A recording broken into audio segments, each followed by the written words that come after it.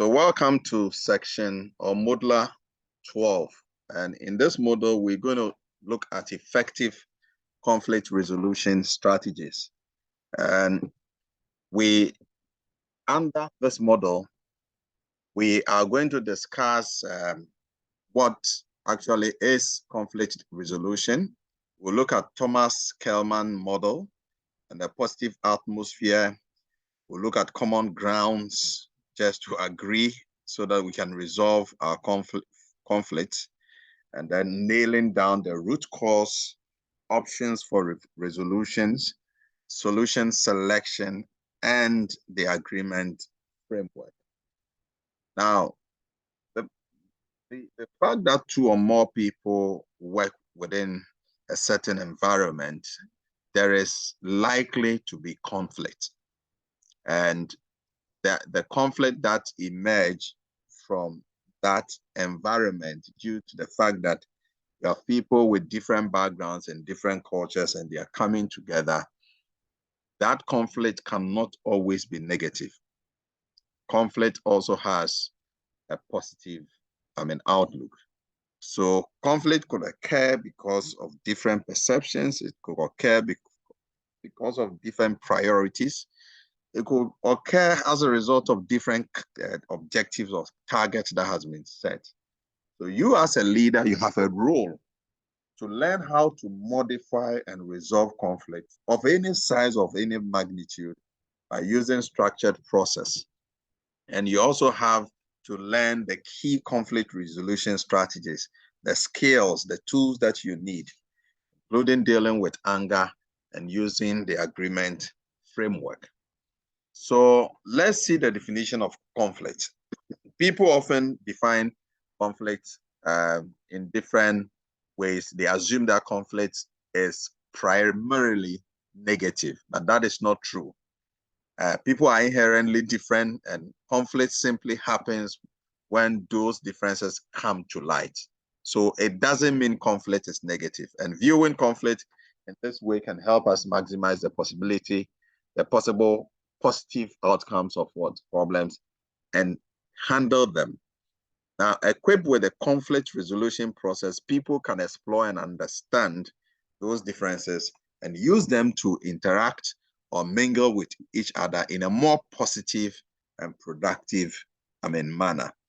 So the Random House Dictionary defines conflict as to come into collision or disagreement, be contradictory, at variance, or in opposition, clash. That's how conflict is defined. Conflict can also be healthy when it will increase motivation and competition and eventually lead to a better product, better teamwork, better process, and then lower prices, trophies, or medals. So an example is that you give a team a target to meet and they are unable to meet that target. And then in front of that same team, you give that target to another team. You would realize that what would actually happen is that the first team that was given the target would want to do the right thing this time. They don't want to be disgraced.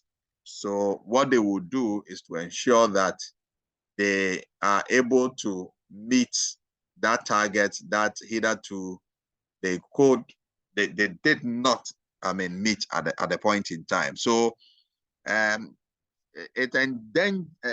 conflict endangers or generates competition. It increases also motivation and eventually lead to better product or service. So that conflict should not be seen as a negative thing. It has a positive side. And remember, everyone experiences conflict. We all do that. But how you deal with it is what matters. How you deal with conflict is what matters. Most times in organizations, we become too personal and bring our own emotions and other things in it. An example is a worker that has not been able to meet target. And then what you are doing is actually trying to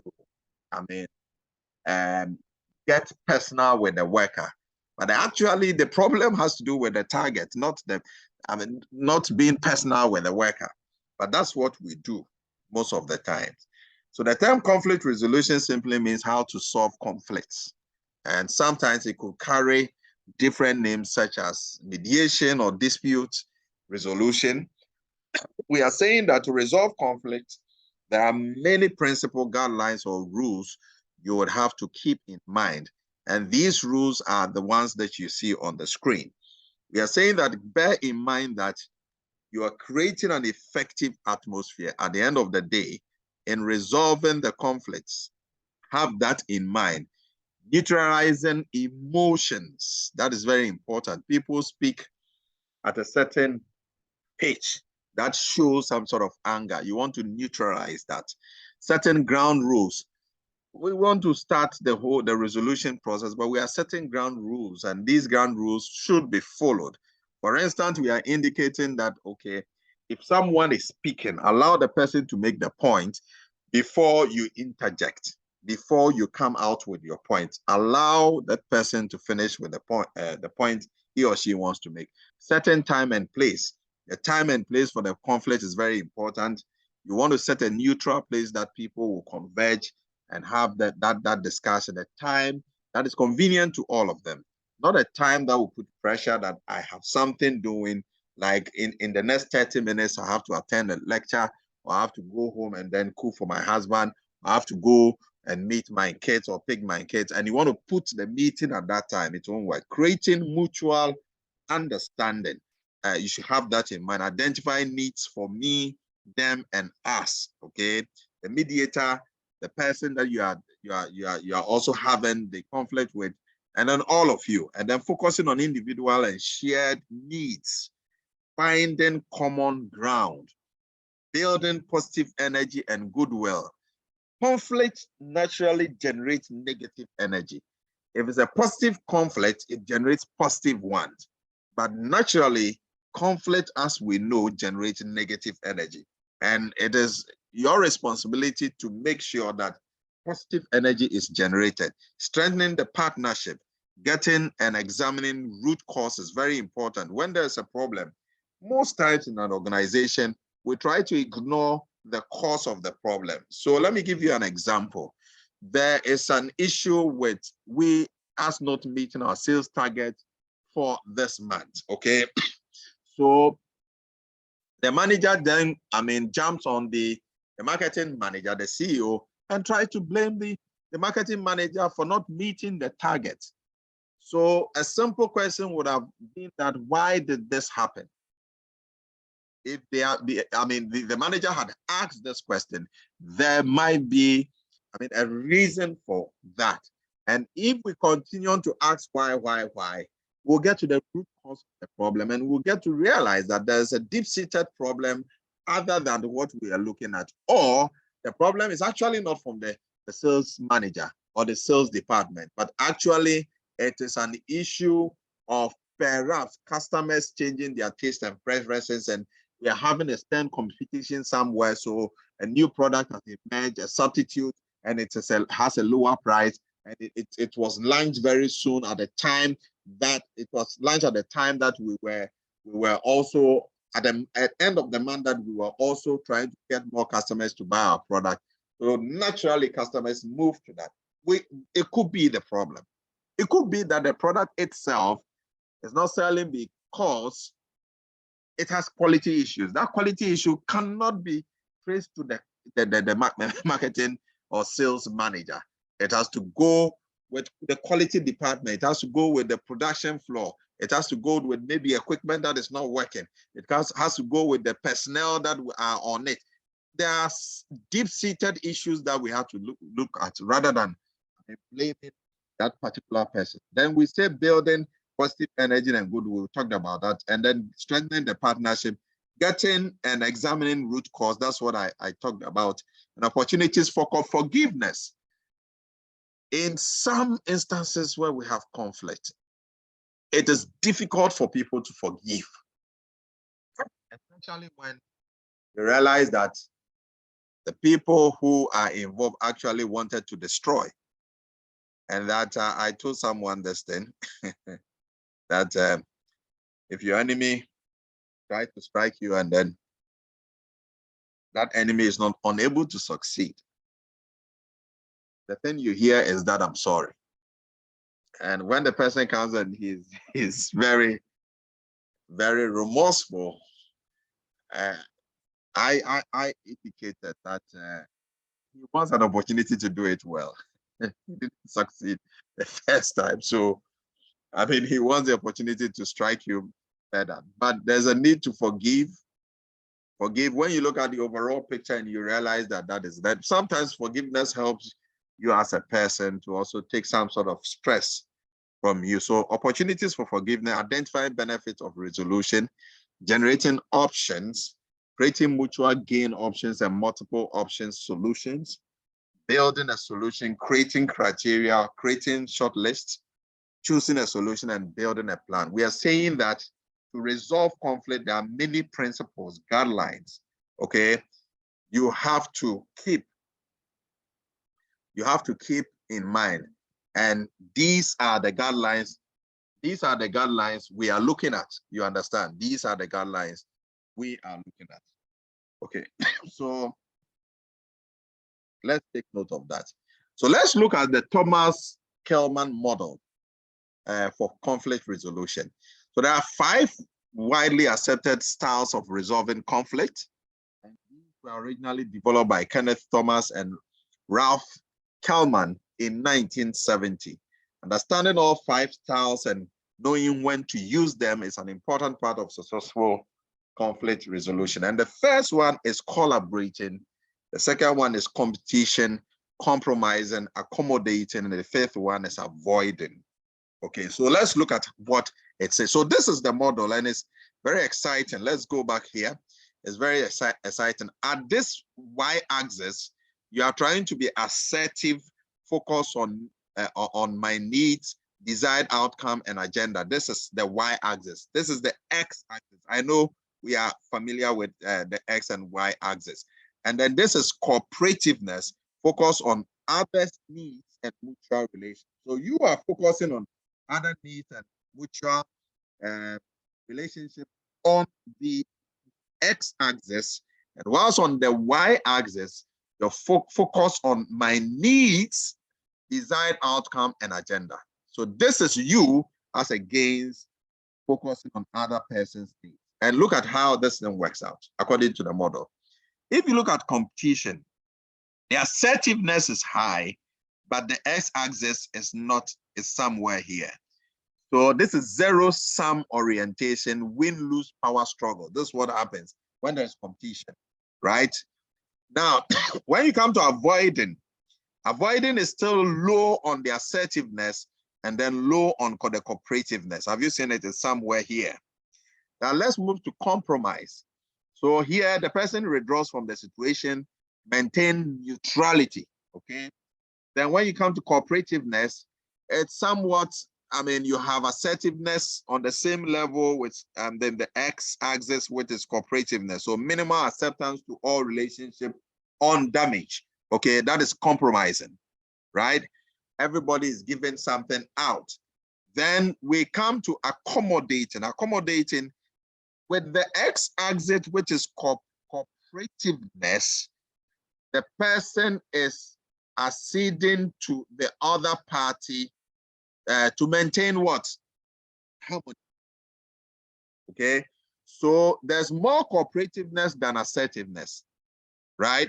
And then collaborativeness or collaboration or collaborating, there is that expand range of possible options, achieve win-win situation. This is cooperativeness is high and assertiveness is also high.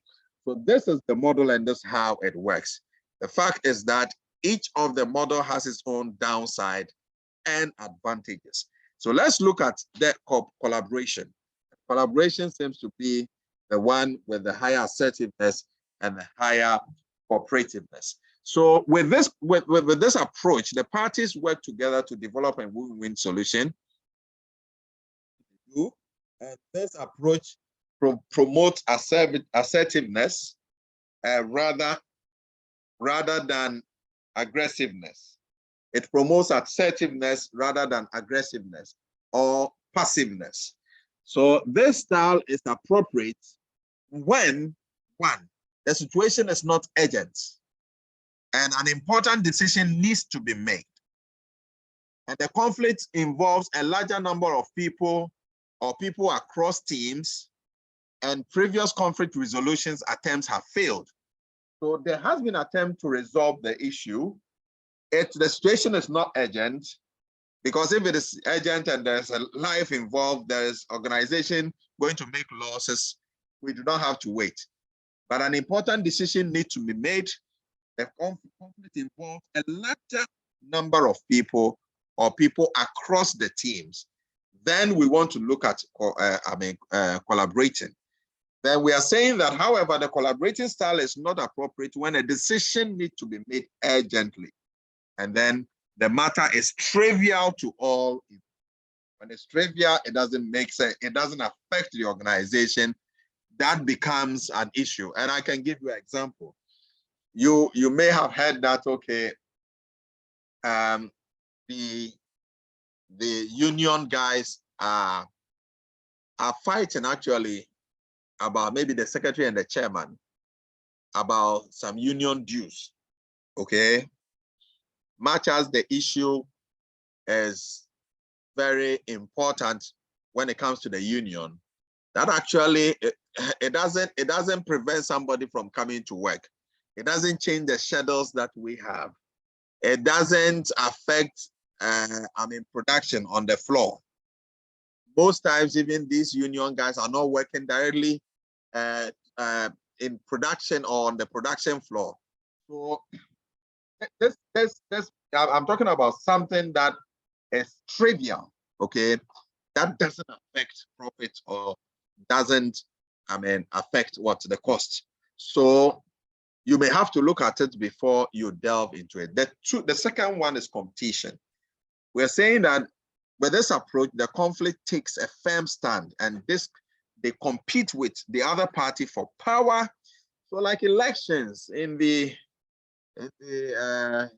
company, when it comes to union, or maybe election, we are electing to choose a team member, and they typically win unless they are unless they are up against someone else who is competing. This style is often seen as aggressive and can be the cause of other people in the conflict feeling injured or stepped out. That is what it can do. It can create a serious emotional, injury. It can create disaffection. It can even lead to something very physical. And this style is appropriate when a decision needs to be made quickly, when there's an emergency, okay? When there's an emergency. And let me give you a typical example. You have assigned someone a role to play, and that role is anchored on meeting a certain customer's deadline. We checked within a week. The second week, we realized that we are unlikely to meet that target. We need to take a decision. So regardless of the challenges that that person is having, we realize that it's a competence issue. So what do? We replace the person. It's going to generate conflict, we know. It is, especially when there has not been any proud discussion, this thing has not been managed and all that. That customer is our gold customer or platinum customer. We cannot afford to lose that customer. So we will have to take a quick decision. The manager can come on the shop floor and say that, hey, we are replacing you. This guy is taking charge, whether in front of the guys or not. We need to get this thing done. It is really something that is going to give that guy a big blow, but hey, it has to be done. An unpopular decision needs to be made. If the decision is unpopular, you can use that. Someone is trying to take advantage of a situation, then you need to do that. And then, however, the competing style is not appropriate when people are feeling sensitive about the conflict and the situation is not also urgent. Then compromising. Now, with this approach, each person in the conflict gives up something to that contribute towards the conflict resolution. That person gives up something. So something must give.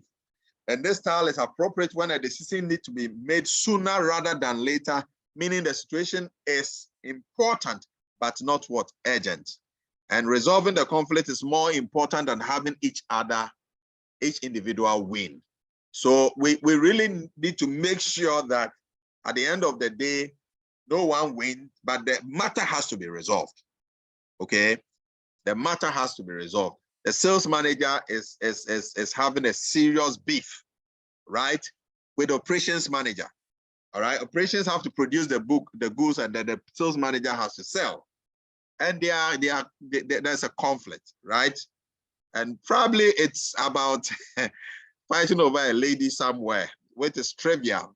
It doesn't make sense, but actually that is affecting the work. The guy doesn't want to, the operations manager doesn't want to, meet this guy eye to eye, the sales manager. So there's actually an issue. So what do?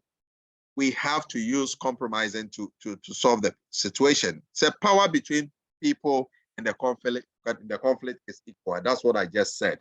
The power, they are on the same level. They are all three managers. They are all two managers, and you want to make sure you don't give in for that. A wider variety of important needs must be met.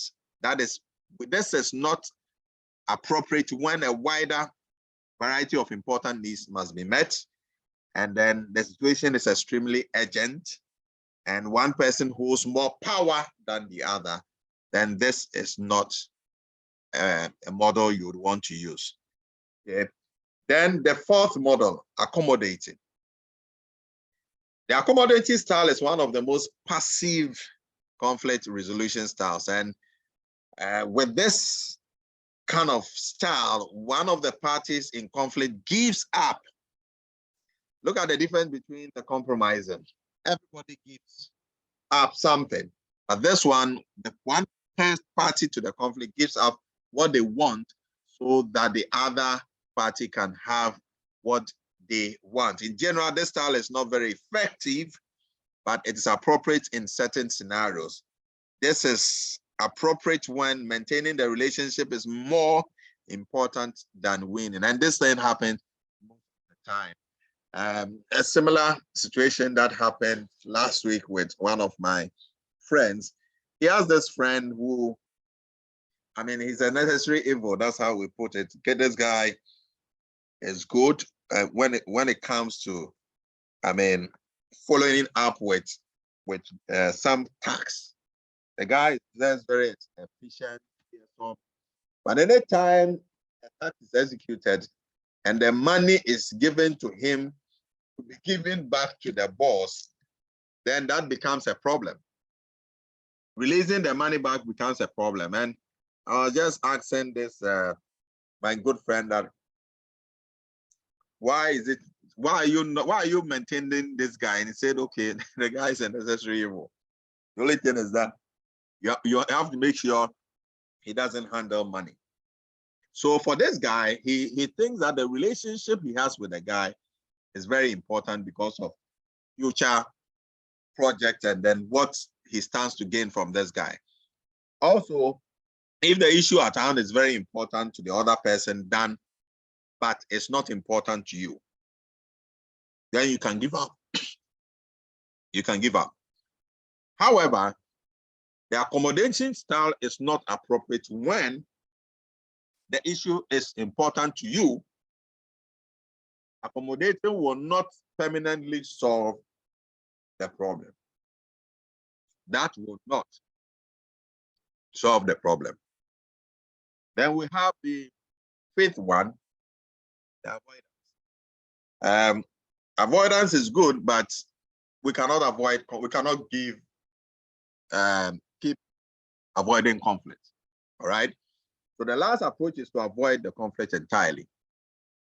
People who use this style tend to accept decisions without questions, avoid confrontations, and delegate difficult decisions and tasks.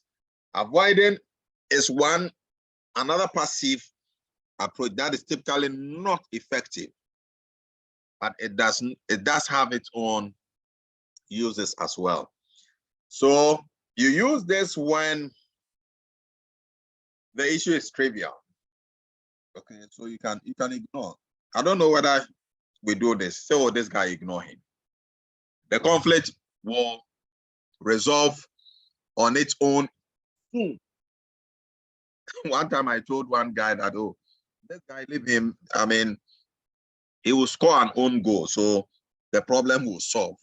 Own goal means that he's going to inflict pain on himself or herself. So why do you worry?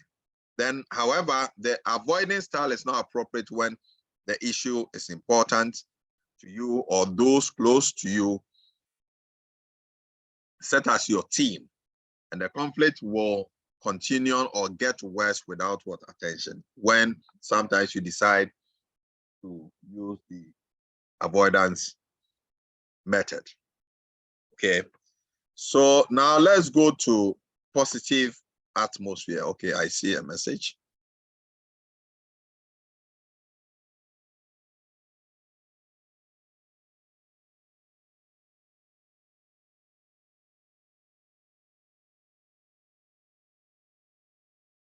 Please, can you hear me?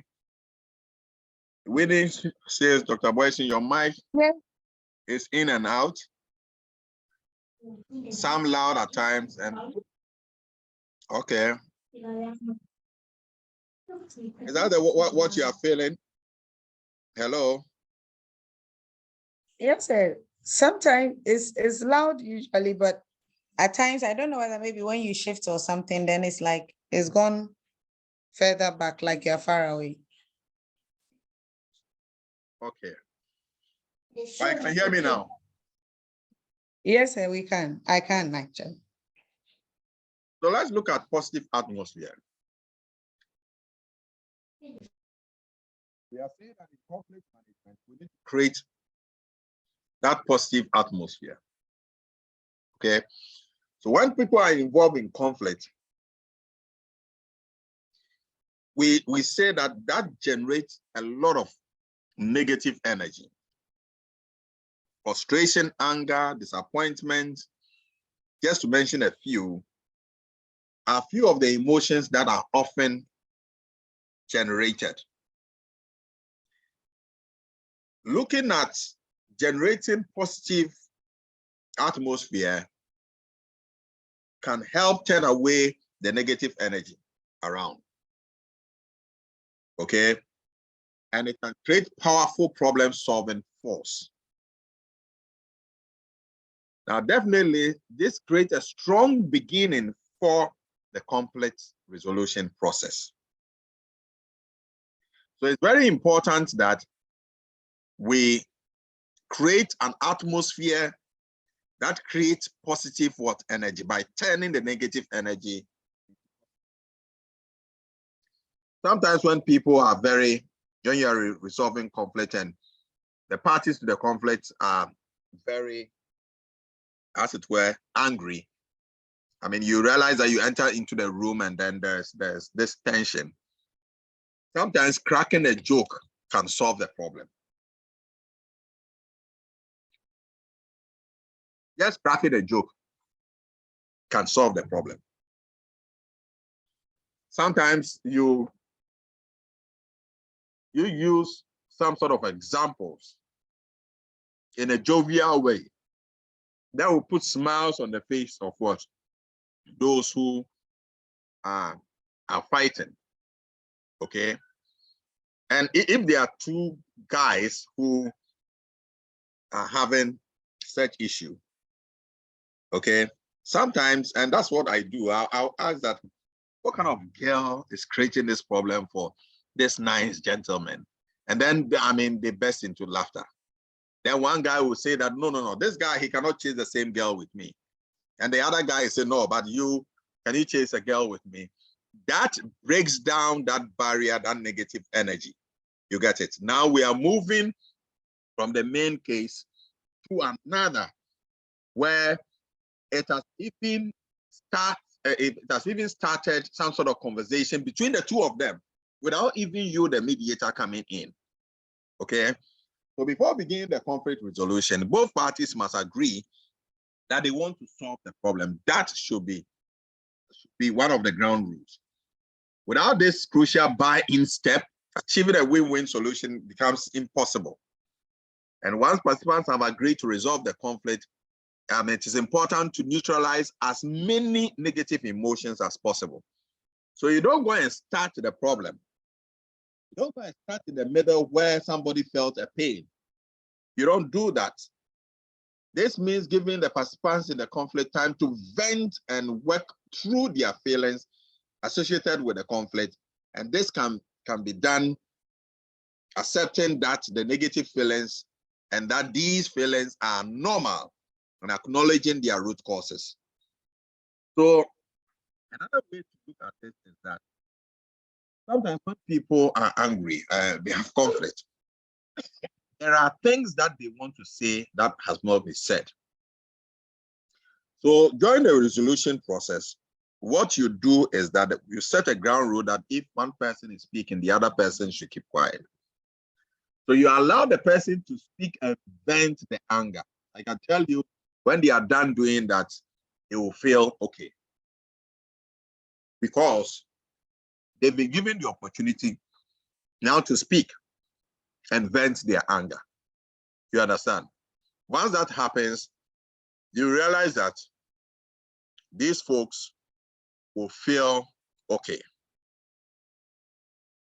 They're going to feel very okay. So that is very important. So we are saying that before resolving the conflict, it is crucial to define the ground rules. I've just talked about it. Ground rules provide framework for people to resolve their conflict. And they must be set at the beginning of any conflict. That must be set. And they must agree. In some jurisdictions, we allow the conflict, the parties themselves to set their own ground rules. All right? And once they set the ground rules by themselves, it is easy. An example of ground rules that can be set is what you're seeing. We will say that when we will listen to each other's statement fully before what? Responding. We'll work together to achieve a mutual acceptable solution. And then we will respect each other's individuals and therefore not engage in personal insult and attack. If these are the ground rules, it is easy for us to work. Okay? Then, if the parties are using a mediator to help them resolve the conflict, it's important that the ground rules be developed by the parties themselves. I've indicated the mediator's role is to guide and mentor, not judge or to be a supreme ruler. Participants can use the ground rules throughout the conflict resolution process to mentor and modify behavior. Ground rules give participants the objective, logical way of addressing personal attacks and emotional issues. And the right time and the right place is often the key part of the resolving of conflict. I indicated that trying to solve a major team issue 5 minutes before the end of the shift just is not going to work, because people will be focused on that. So when you are doing this thing, you make sure all phones on silent, you make sure that you have sufficient time, you minimize distractions if possible. 10 office phones, you put them on voicemail, and you turn off all computers just to make sure that people can concentrate. If you are mediating a conflict resolution meeting, be conscious of the needs of both parties. And when rescheduling the meeting, make sure you are conscious of it. Make sure that the time chosen works well for all the parties. And the location also does that, okay? And that they are comfortable visiting that place, okay? Removing distraction will also enable the parties focus on what they want to do, okay? So let's look at the common ground. In conflict, we need to have a common ground. And the resolution process will be effective if there's a common ground that we would all want to, work with. So it may seem like we have progressed very far in resolving conflict. Indeed, most of these primary steps are focused on information gathering and all that. For minor conflict, having these steps in your toolbox will simply help you keep all the possibilities in mind during the conflict. But for major ones, these steps will help you ensure you achieve the best solution possible for the situation. Finding common ground when exploring each other's wants and needs is crucial to solving conflict. You should continue to try to find common ground throughout the entire process. That will help you understand your adversary's position and better position you to help create a win-win situation, a win-win solution. These positive gestures will build goodwill, help you make a shift from being two people in conflict to being two people working to solve a problem. So we are re-emphasizing that in conflict resolution, turn negative energy around and create a positive problem-solving force. That is what you need to do. There are often many negative emotions associated with conflict.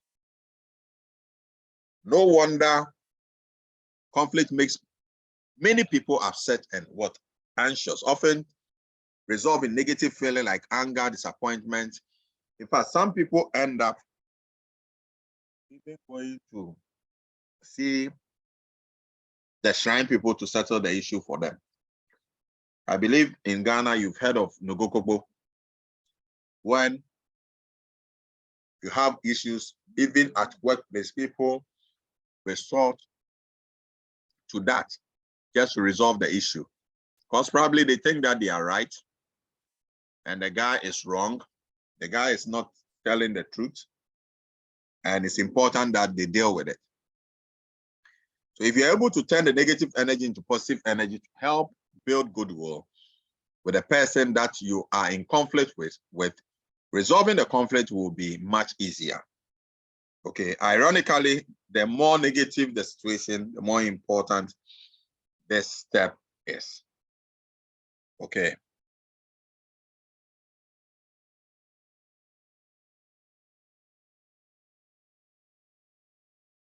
So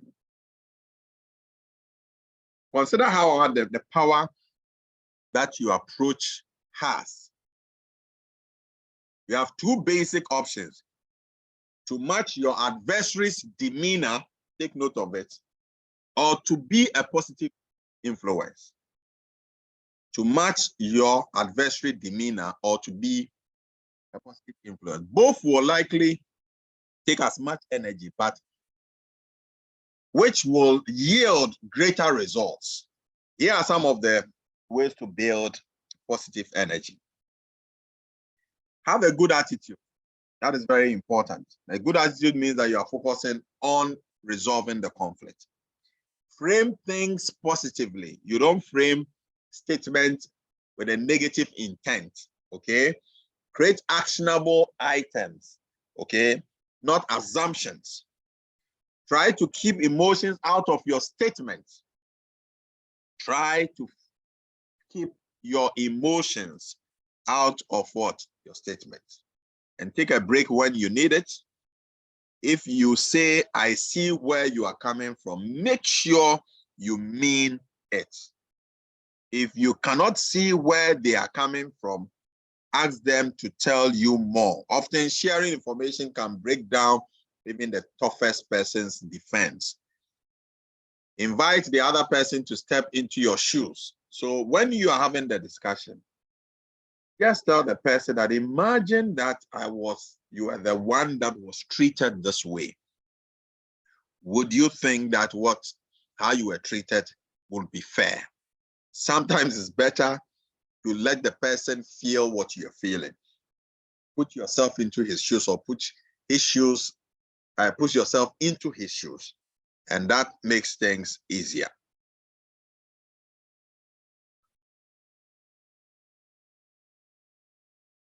So making the transition from opponents to problem-solving treatment is one of the most powerful conflict resolution tools. We have this guy, Bruce Tuckman. We've known this guy, for ages, who developed the 4-stage model showing how teams grow and develop.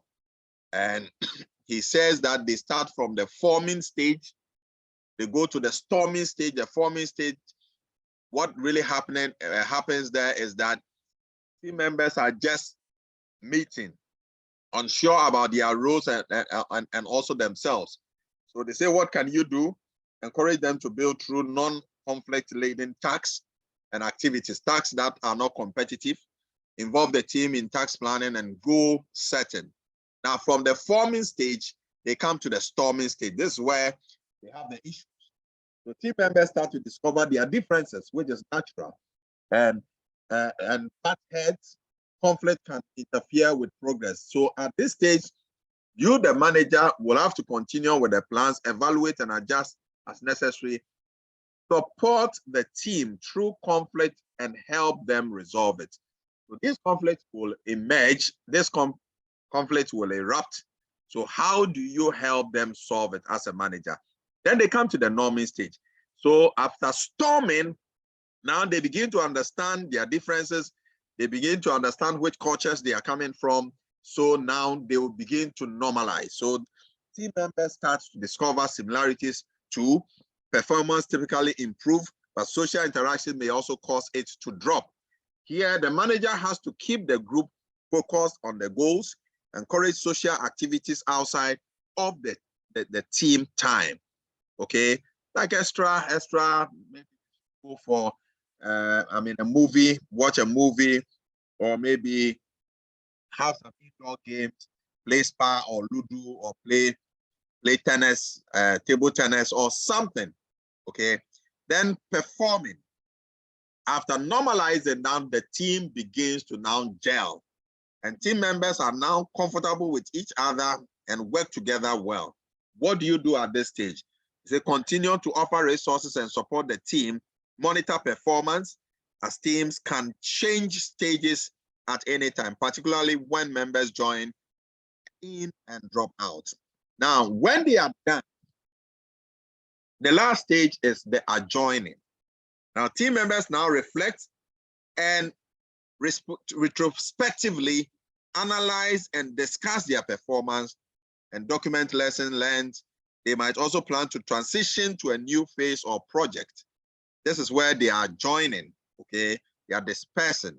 And we say that at this stage, reward and congratulate the team for their performance and document lessons learned before the team adjoins. So this is what Bruce Tuckman prescribed as the stages that teams go through. And it's important that we know this, so we can apply these strategies. Knowing the transitions that they go through, then it is easier to identify at which point in time that the conflict will even start, so that you can put in measures to avert it. Now, nailing down the root cause. Nailing down the root cause.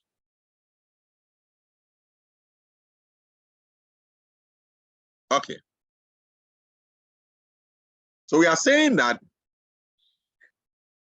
having a positive foundation and gathering information are key steps in resolving conflict.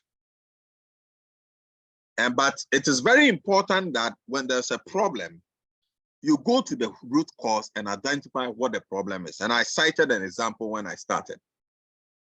Okay. So just dealing with the surface of the problem without going to the root cause can create further problems. And this negative energy, when generated, can inure to the disadvantage of the organization. So you don't want to go there. So we are saying that you can use the 5 whys technique to ask questions so that you go to the root cause of the problem. And this is an example. the 5 why technique. In an example, a sales manager is analyzing why customers wait too long on the phone, and he is running this discussion with the sales agent and using the 5 whys techniques to find out the root cause. So let's see how it goes. Sales manager, how our customers wait too long on the phone at the end of the month. Why? And then he says, the last week of the month is the busiest for sales. Sales manager says, why? The agent says, the company offers more incentive to customers late in the month. The sales manager says, why? And the sales agent says, sales are usually behind the goal late in the month. The sales manager asks, why? And the sales agent says, customers have learned that if they wait, they will get incentive. The sales manager asks, why? And this is the fifth one. It says, sales targets are done on a monthly basis, letting a big deficit form. Then he says that therefore the root cause is sales targets are done on a monthly basis, letting a big deficit form. Hence, the solution will be make weekly sales goals instead of monthly target to prevent getting so far behind.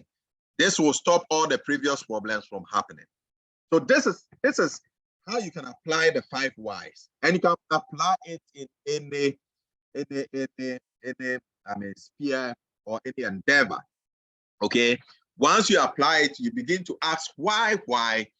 You'll be able to solve the problem. And that's what most managers are not interested in doing. They want to just apportion blames.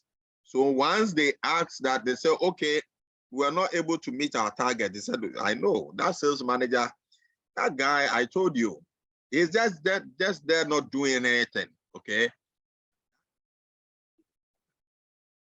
As a manager, anytime you make a statement, you should back it with empirical evidence. So using the 5 why techniques, it can help you resolve the issue. But another way to do that is to use what we call the fishbone diagram, the Ishikawa diagram, that try to look at the causes. In fact, in the normal Ishikawa diagram, which was proposed by this guy called Ishikawa, a Japanese, what he meant was that problems, the cause of problems are normally categorized into M's. Okay, it has been, M means it could be man, it could be machines, it could be materials. He enumerated a number of them. But over time, people have adapted it. Adapted, it means that they have changed it to suit their own situations. So this is an example of the diagram, but let me read through this. So another way to examine the root causes is to create the cause and effect diagram, also known as the fishbone diagram or the Ishikawa diagram, with a person that you are having the conflict with. So that is the cause.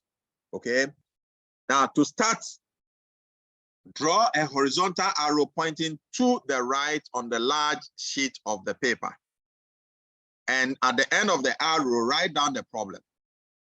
So now work together to list possible causes, group these causes, draw a line pointing to the arrow for each cause, and write the cause at the top. Now write each cause on the line pointing to the group arrow. Now the people in the conflict have a clear map of what is happening. Although this thing can be very confusing, but look at how it is. If you look at the arrow, it ends up here where we say we have the conflict. Okay, sales team and marketing team cannot decide on their main approach for this year. Okay, this is the cause. So we have teams have different year goals. You have here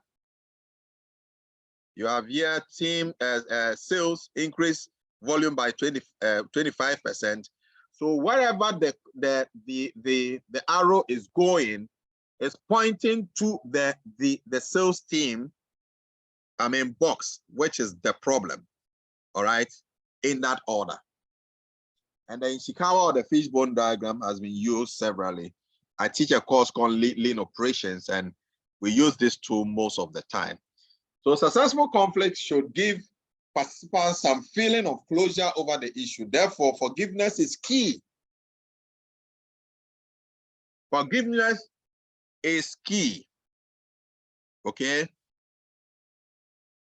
Participants should feel that the conflict has been resolved to their satisfaction, and that it will not occur again, or it is not likely to occur.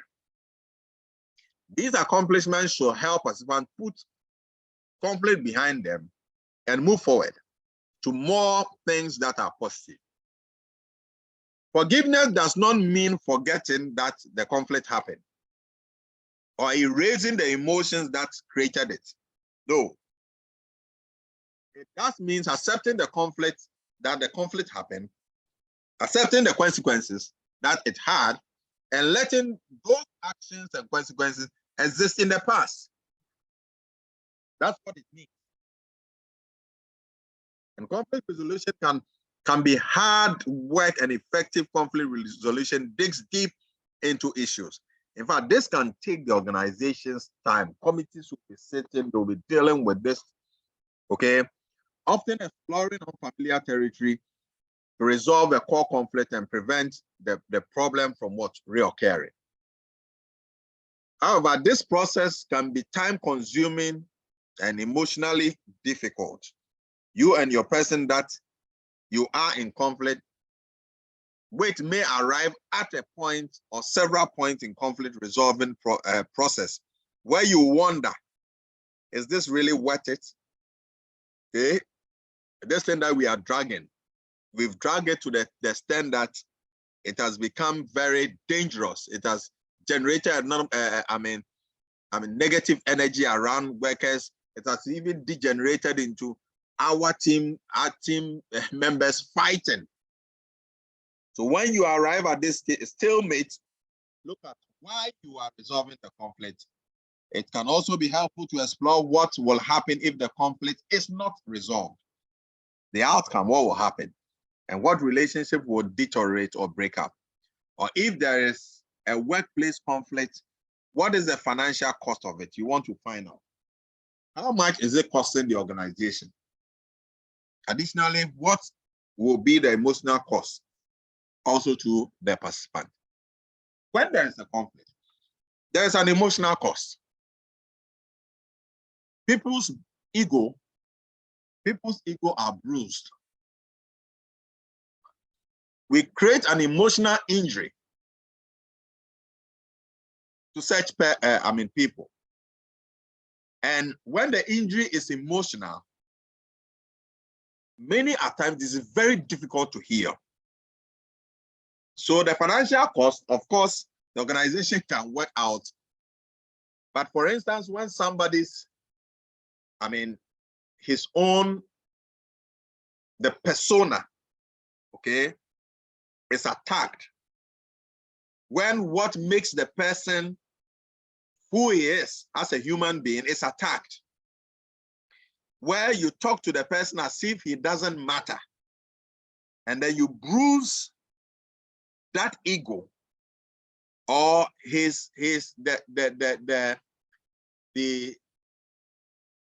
that feeling of being a human being is attacked, it becomes problematic.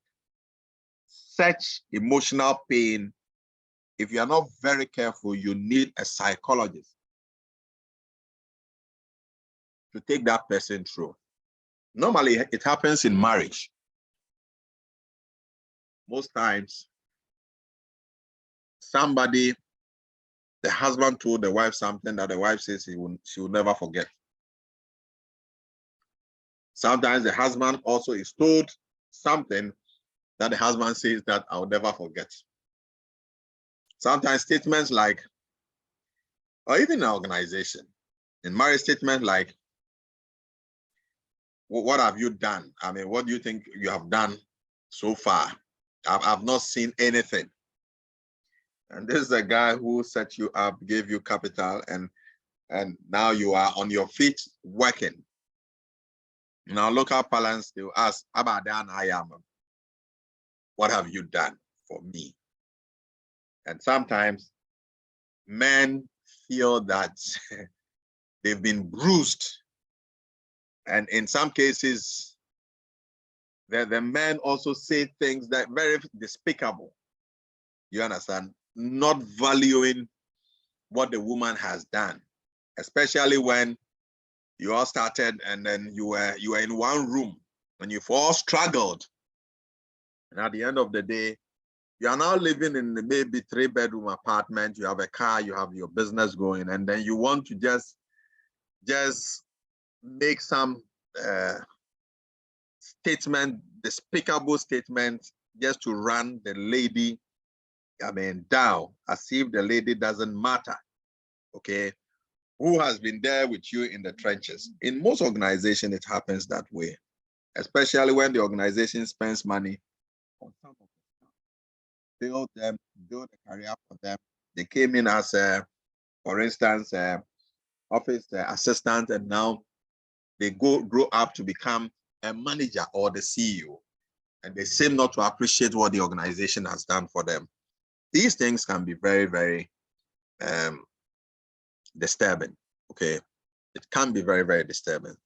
So these questions should have helped put these things into perspective and evaluate whether or not the conflict is truly worth resolving. Sometimes the conflict is not worth resolving.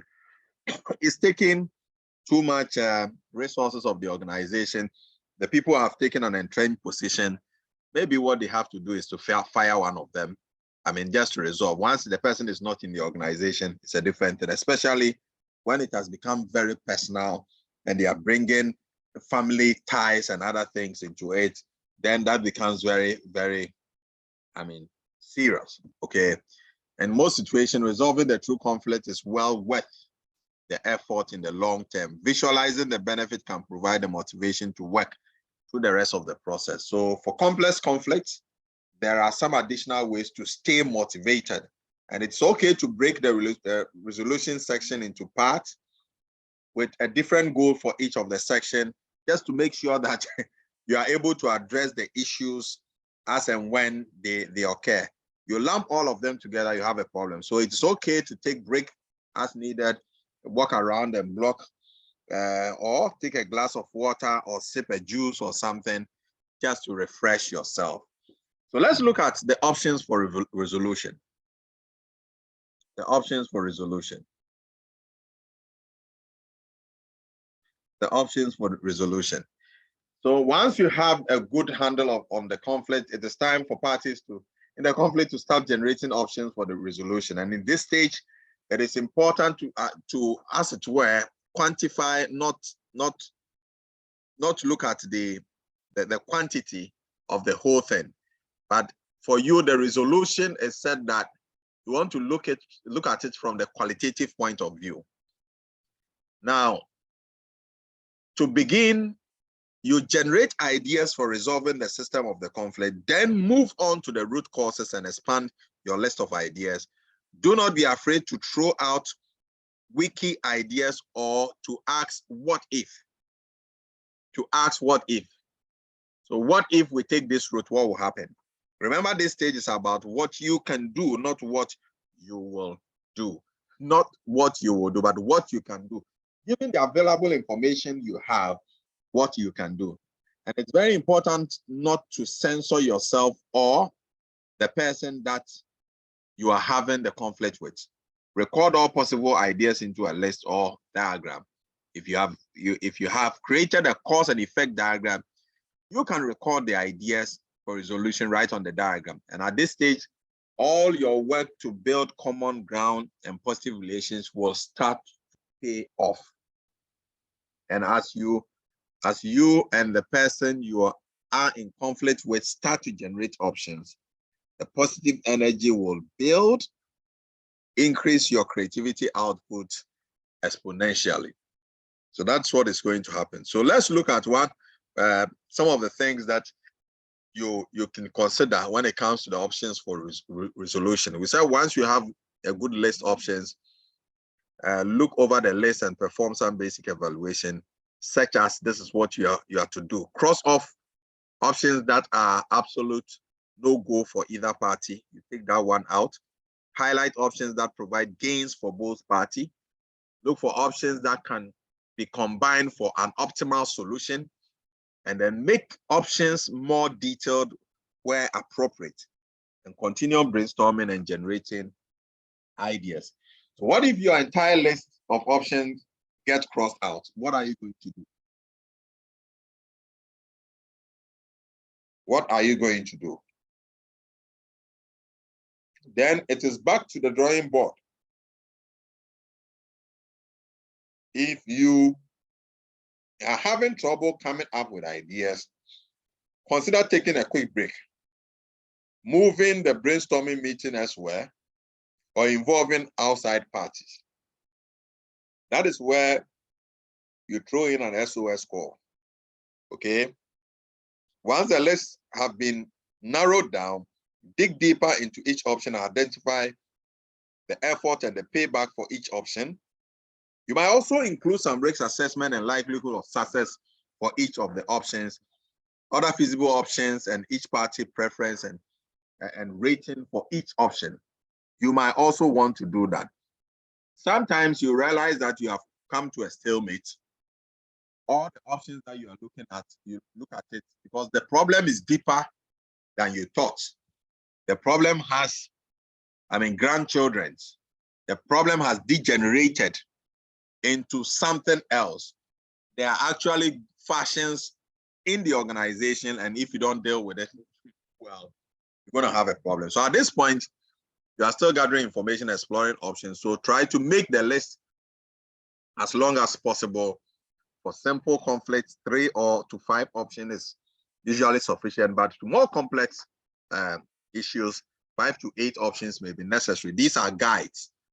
And if team involves more than 2 people, you will likely need 8 to 12 options. Build common ground and positive relationship through conflict resolution process. Will set building common ground and positive relationship through conflict process will pay back once you reach the stage of defining options and selecting solutions. Okay, so now we come to the solutions. So we've done all the things that we need to do. We have looked at the options. Now, what there is to do is now to propose the suitable solution to solve the problem.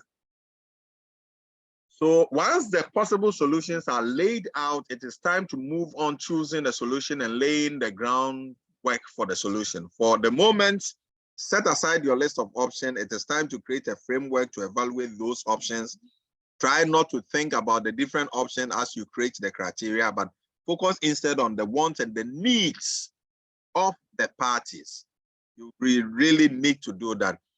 The criteria should explore what you want and do not want from the solution. You should also prioritize your criteria by what is necessary to have and what you would like to have, also known as needs and wants. Identify any item on the list you would be willing to make a compromise with. Those ones you want to make a compromise with, you would have to also indicate that. Because it's important that you say that for this point, we need to compromise on it. The best approach is for each party to take few moments to write down their individual criteria and then come together and combine the list to create a final set of criteria. In doing that, you are helping the parties in the conflict to resolve their own issue. Although it is important to work together on the list, it's also important that the wants and needs of both parties are respected. They are respected. You may ask why create criteria after creating options. Would not it make more sense to create a list of the criteria and then generate a list of options? You might think that logically, this approach does make more sense. However, it can be difficult to come up with creative options when you already have a framework in mind. And therefore, it's recommended to brainstorm first. Then you can create the criteria as the second option. So once the criteria have been created, bring out the list, eliminate any solution that do not match the must-have criteria that you and your partner identify. Now, at a point in time, you realize that the whole thing is it's appearing that there's a mediator. At a point in time, it appears that you and the other person has a conflict, and it's important that you identify at any point in time whether there's an EBD mediator or not. It works for all. There could be a mediator, there could be a conscious effort by the two parties who are going through the conflict process. So whilst I'm lecturing, what I'm saying is that if you have a conflict with someone, you can use this approach. Anyway, if we bring somebody who is a mediator, can also use this approach for us. So at the end of the process, you should have a small manageable list of potential solutions, and you may find that there are no solutions left after the process. And there are two options in this case. One is to reevaluate your criteria and reevaluate the solutions to ensure that they are really, no one's left, okay, no options left. Another one is to get back to the drawing board and then work on additional solutions.